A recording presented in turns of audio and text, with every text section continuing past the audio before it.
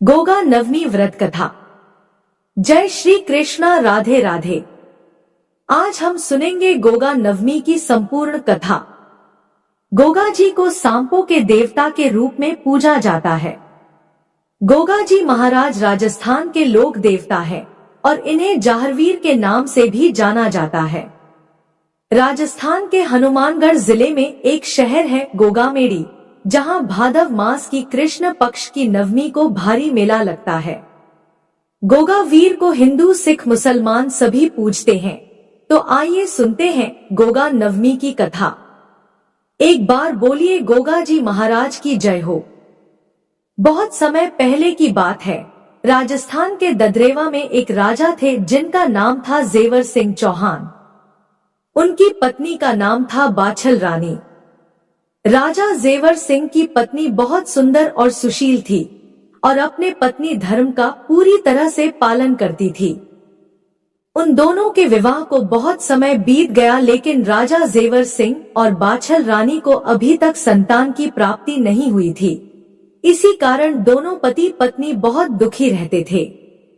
अपनी उदास पत्नी के दुख का राजा जेवर सिंह को भी एहसास था, फिर भी वे अपनी पत्नी को धीरज बंधाते और कहते कि भगवान पर विश्वास रखो, वे हमारी प्रार्थना जरूर सुनेंगे। बाछल रानी बहुत धर्म कर्म वाली थी और बहुत जी की भक्ति और सेवा करने लगती है। कहा जाता है कि उन्होंने 12 सालों तक गुरु गोरखनाथ जी की सेवा की। बाछल रानी की सेवा भक्ति से प्रसन्न होकर गुरु गोरखनाथ जी अपने 1400 शिष्यों के साथ ददरेवा में आते हैं और एक सूखे बाग में रुक जाते हैं।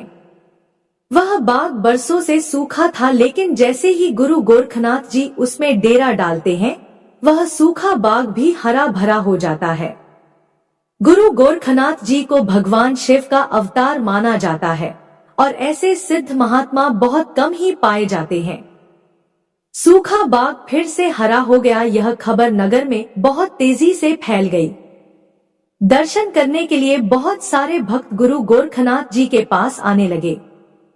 धीरे धीरे नगर में फैलते हुए यह खबर महल तक भी पहुंच जाती है कि बाग में एक बड़े सिद्ध योगी आकर रुके हैं। उनकी कृपा से वर्षों से सूखा हुआ बाग भी हरा हो गया।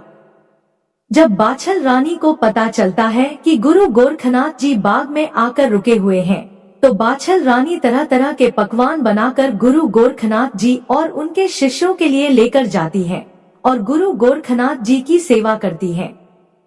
उनकी सेवा से प्रसन्न होकर गुरु गोरखनाथ जी बाछल रानी से कहते हैं कि रानी, तुम बड़ी दुखी दिखाई देती हो, बताओ तुम्हें क्या दुख है।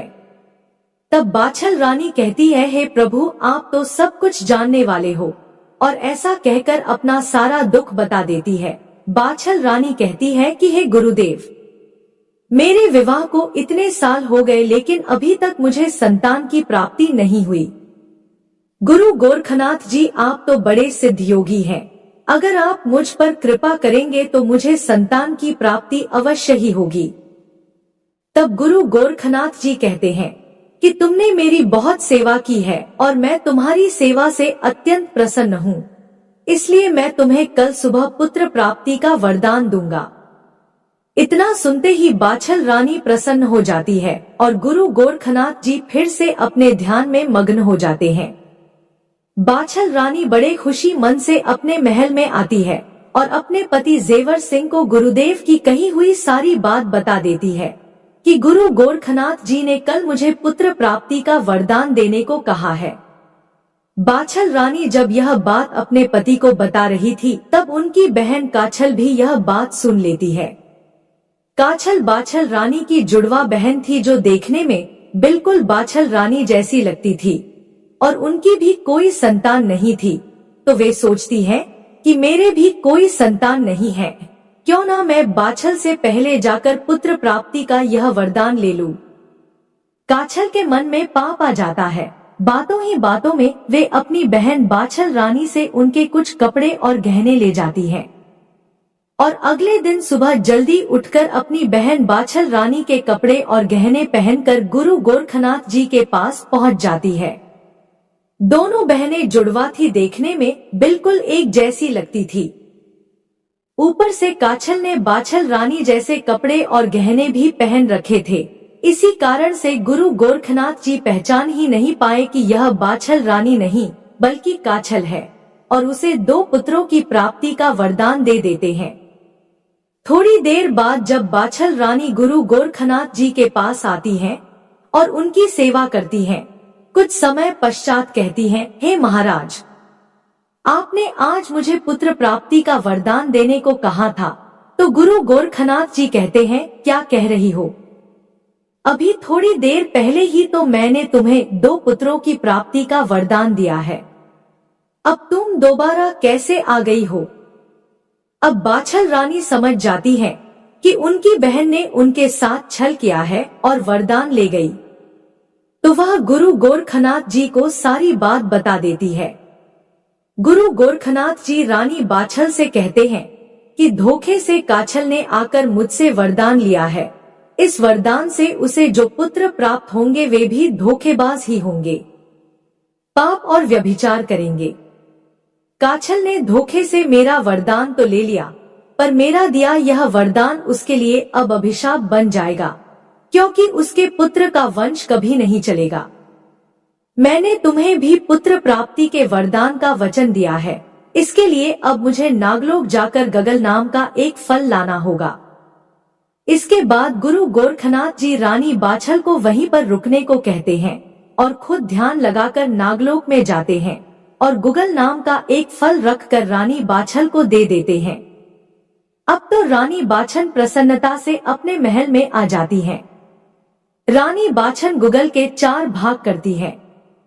एक भाग तो वह खुद ले लेती है और 3 भाग छोड़ देती है। समय आने पर काछल ने 2 पुत्रों को जन्म दिया। उनका नाम रखा गया अर्जन और सर्जन। फिर बाछल रानी के गर्भ से भी एक पुत्र ने जन्म लिया। गोगल फल से उत्पन्न होने के कारण उनका नाम गोगाजी रखा गया। बाछल रानी ने गोगल फल के जो 3 हिस्से छोड़ दिए थे उसे एक घोड़ी ने खाया तो नीले रंग का घोड़ा जन्मा।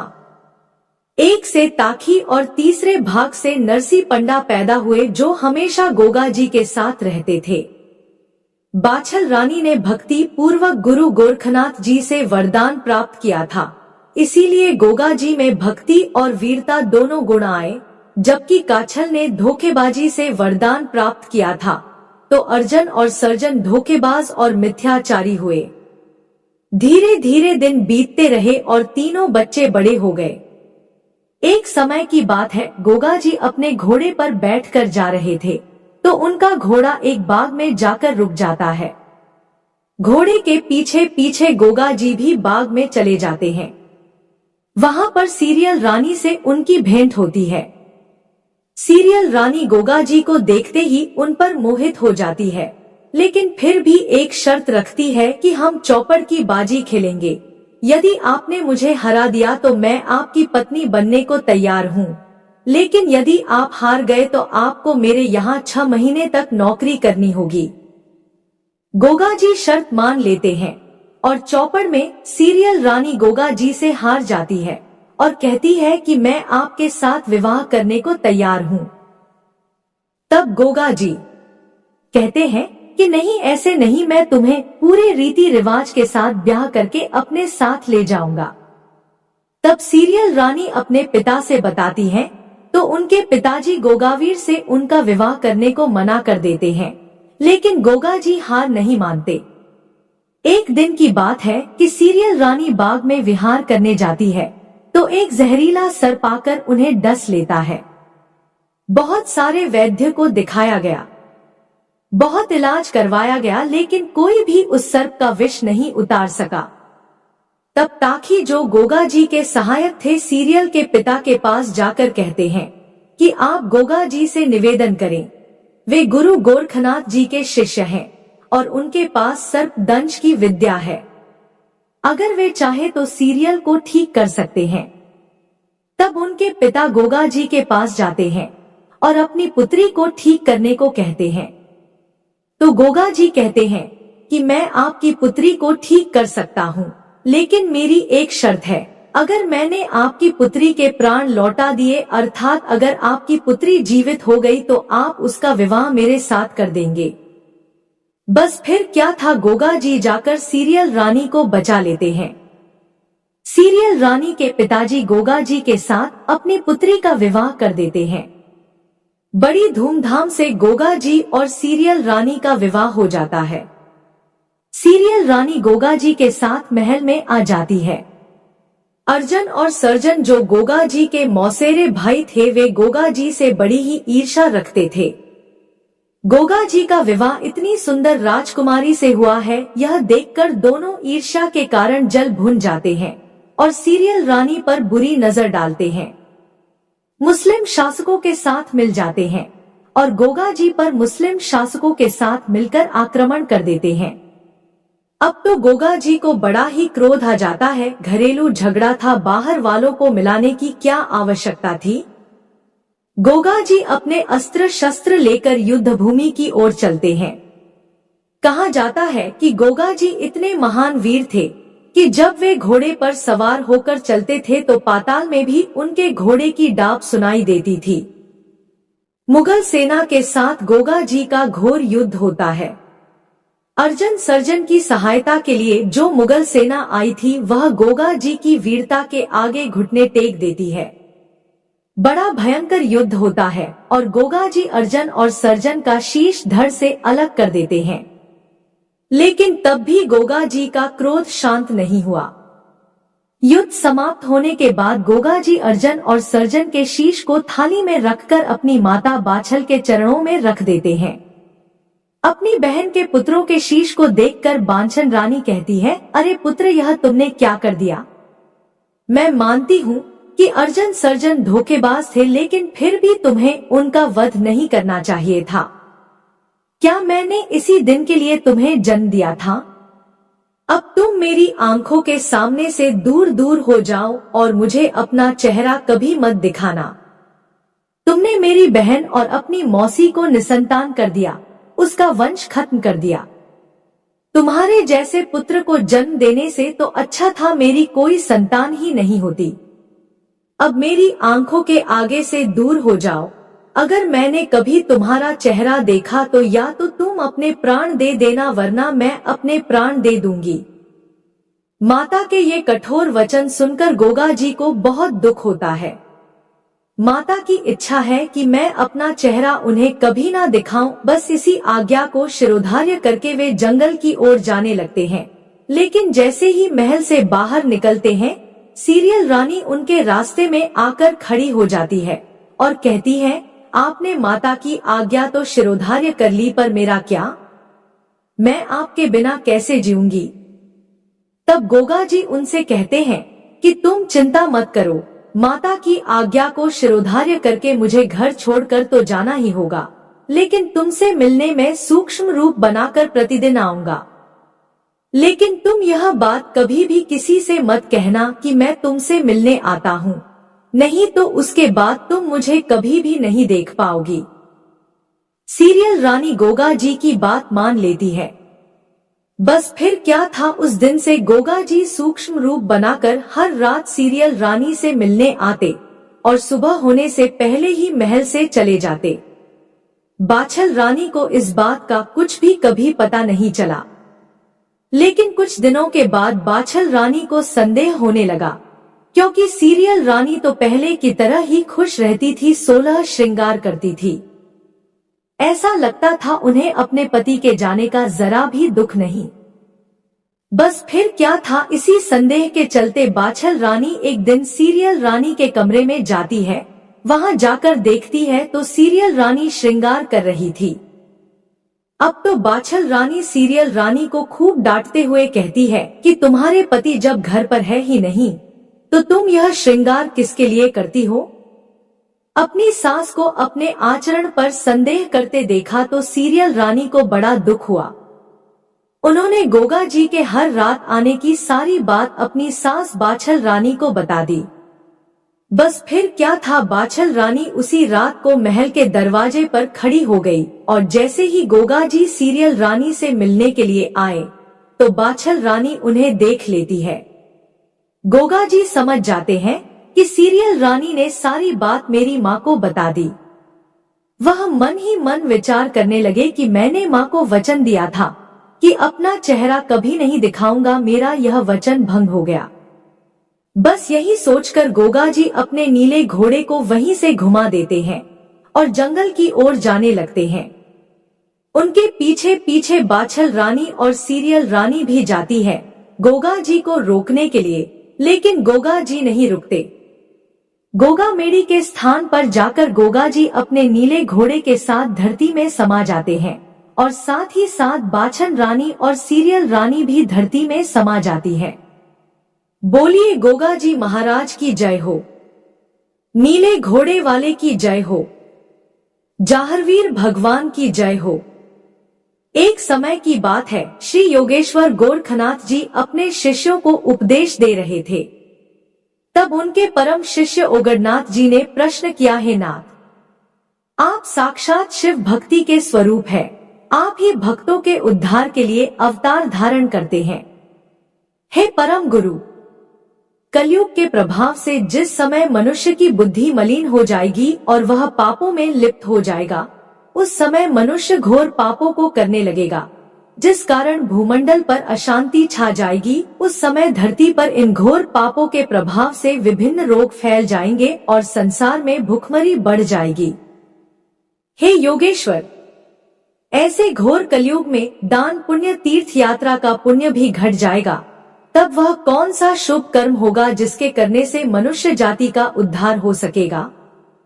ऐसा सुनकर श्री गोरखनाथ जी ने कहा, हे परम शिष्य, तुमने तो बड़ा ही उत्तम प्रश्न किया है, क्योंकि कलयुग के बढ़ जाने पर मनुष्यों को कोई भी सेवा धर्म कर्म शांति प्रदान नहीं कर सकेगा। मनुष्य भोग विषयों में लिप्त हो जाएंगे और योगी ज्ञानी बहुत कम रह जाएंगे। ऐसे समय में मेरे ही अंश अवतार जाहरवीर गोगा के व्रत पूजन से मनुष्य का कल्याण हो सकेगा। इनके व्रत पूजन से बान स्त्री पुत्रवती हो जाएगी, निर्धन धनवान हो जाएगा, रोगी का रोग दूर हो जाएगा, मूर्ख को ब्रह्मा ज्ञान की प्राप्ति हो जाएगी। अर्थात इनके व्रत पूजन से मनुष्य की सारी मनोकामनाएं पूरी हो जाएंगी। इनका उपासक संसार में समस्त सुखों को भोग कर अंत में शिवलोक को पहुंचकर परम आनंद में विलीन हो जाएगा। प्रत्येक माह के कृष्ण एवं शुक्ल पक्ष की नवमी तिथि को श्री जाहरवीर गोगा जी का व्रत किया जाता है और इनका विशेष व्रत सावन और भादो की नवमी को किया जाता है। सावन और भादो की नवमी के 2 व्रतों का विशेष फल होता है। अपनी मनोकामना की पूर्ति के लिए 9 या 11 व्रत करने चाहिए।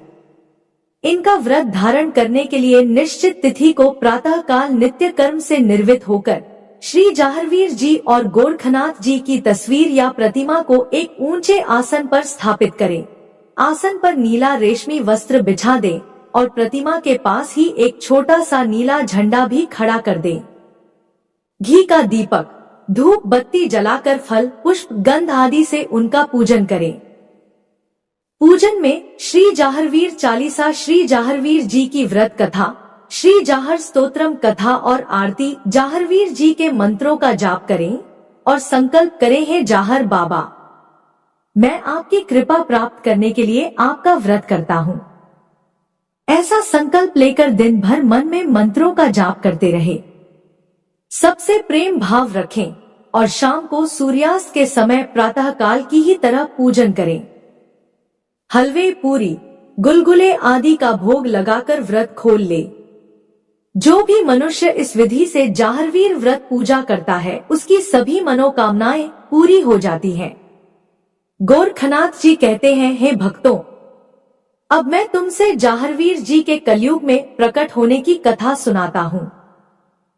एक समय की बात है, श्री जाहरवीर गोगा जी ने अपनी योग माया से नागों के नाग ताखी नाग को बुलवाया और स्वयं भी नाग रूप धारण करके रात्रि में गंगाराम को सपने में दर्शन दिए। यह देखकर तो गंगाराम घबरा गए। तब जाहरवीर जी ने अपना वास्तविक स्वरूप गंगाराम को दिखाते हुए कहा, हे भक्त, तुम डरो मत, मैं जाहरवीर हूँ। तुमसे जो कहता हूँ ध्यान से सुनो। हे भक्त, ददरेवा नगर के क्षेत्र में जहाँ पर मैंने समाधि ली है, मेरा व्रत धारण करके तुम वहाँ मेरी महारी बनवाओ और वहाँ मेरा मेला भरवाना शुरू करो और विश्व में मेरा प्रचार करो। जो भी मेरी माड़ी पर आकर नीला निशान अर्थात नीला झंडा चढ़ाएगा, जो मेरा नेजा और छड़ी बनाकर उसकी पूजा करेगा, घर घर में मेरी जोत जगाए, वह मेरा भक्त कहा जाएगा। जिस किसी के यहाँ संतान ना होती हो वह मेरी जात स्वीकार करे, इच्छा पूर्ति होने पर मेरी जात दे, अन्य उसकी इच्छाएं भी पूरी हो जाएंगी। प्रत्येक नवमी को मेरा व्रत धारण करें, जो मेरा पूजन करेगा उसके कुल का ऐसा नाम उजागर हो जाएगा। हे भक्त, ऐसा कोई फल नहीं जो मेरी भक्ति से प्राप्त ना हो। ऐसा कहकर जाहरवीर गोगाजी ताखी नाग सहित अदृश्य हो गए। रात बीतते ही गंगाराम ने जाहरवीर का प्रचार शुरू कर दिया और श्री जाहरवीर की माड़ी का निर्माण कराकर नवमी के दिन व्रत धारण करके जाहरवीर बाबा की पूजा की, जिसके प्रताप से उनके कुल का नाम उजागर हो गया। धीरे धीरे भक्तजन पवित्र श्री जाहर माड़ी पर पहुंचकर उनकी पूजा अर्चना करने लगे और अपनी मुरादें पूरी करने लगे। हे भक्तों, जो भी कोई सच्चे मन से बागड़ यात्रा जाहरवीर जी का व्रत पूजन और सेवा करते हैं, उन्हें मनवांछित फलों की प्राप्ति होती है। बोलिए जाहरवीर बाबा की जय हो। दयालपुर गांव में एक सुखी राम नाम का भक्त रहता था। दुर्भाग्य से उसके यहाँ कोई भी संतान नहीं थी, जिसके कारण सुखीराम और उसकी पत्नी हरदेवी बड़े ही दुखी रहते थे। एक दिन की बात है, सुखीराम की पत्नी हरदेवी अपनी सखियों के साथ जंगल में लकड़ी लेने चली गई। जंगल में जाकर उसकी सखियां आपस में बात करने लगी और कहने लगी, जिस दिन इस बांझ को सुबह सुबह देख लो उस दिन तो भोजन तक प्राप्त नहीं होता। यह बात हरदेवी ने सुन ली पर अपने सखियों से कुछ भी नहीं कहा।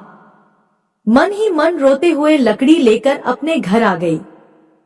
शाम के समय जब उसका पति मजदूरी करके घर आया तो हरदेवी ने वह बात अपने पति को बताई।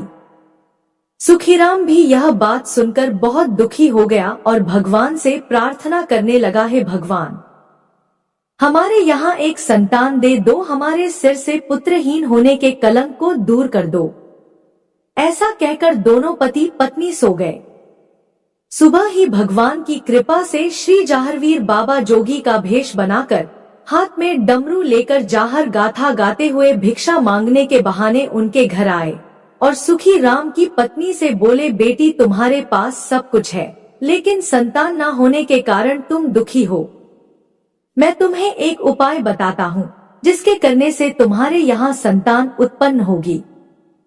जोगीराज ने कहा, बेटी तुम सावन और भादों की नौमी के दिन श्री जाहरवीर बाबा का व्रत रखकर विधि पूर्वक किसी जोगी को बुलाकर व्रत का उद्यापन करा। ऐसा करने से निश्चित ही तुम्हारे यहाँ संतान की प्राप्ति होगी। ऐसा कहकर जोगी रूप धारण किए जाहरवीर जी वहाँ से चले गए। जब यह बात हरदेवी ने अपने पति को बताई तो वह भी बहुत खुश हुआ और उन दोनों ने व्रत करने का निर्णय लिया। समय आने पर दोनों पति पत्नी ने मिलकर व्रत धारण किया और विधि पूर्वक गोगा जी का पूजन किया। उनके प्रताप से 1 साल के अंदर ही उनके यहाँ सुंदर बालक ने जन्म लिया। जो कोई भी जाहरवीर जी के व्रत को धारण करके इस कथा को सुनता है और सुनाता है, उसकी सभी मनोकामनाएं पूरी हो जाती है। बोलो जाहरवीर जी गोगा जी महाराज की जय हो।